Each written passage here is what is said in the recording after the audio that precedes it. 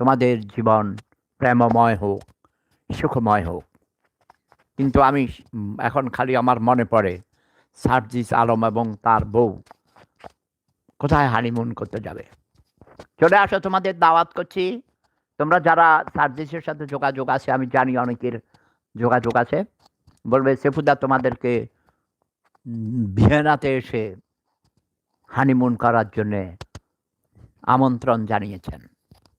ইয়াস, অস্ট্রিয়ার সালজবুর্গে নিয়ে যাব, যেখানে লেডি ডায়ানা, বর্তমানে কিং, তৎকালীন সময়ের প্রিন্স চার্লস সহ পৃথিবীর অনেক বড় বড় যারা ধনকুবের, প্রিন্স প্রিন্সেসিন, রাজা রানী, যারা রাজকুমার এবং রাজপুত্ররা বিবাহের পর হানিমুন করতে আসেন অস্ট্রিয়ার সালজবুর্গে, যেখানে আমি 10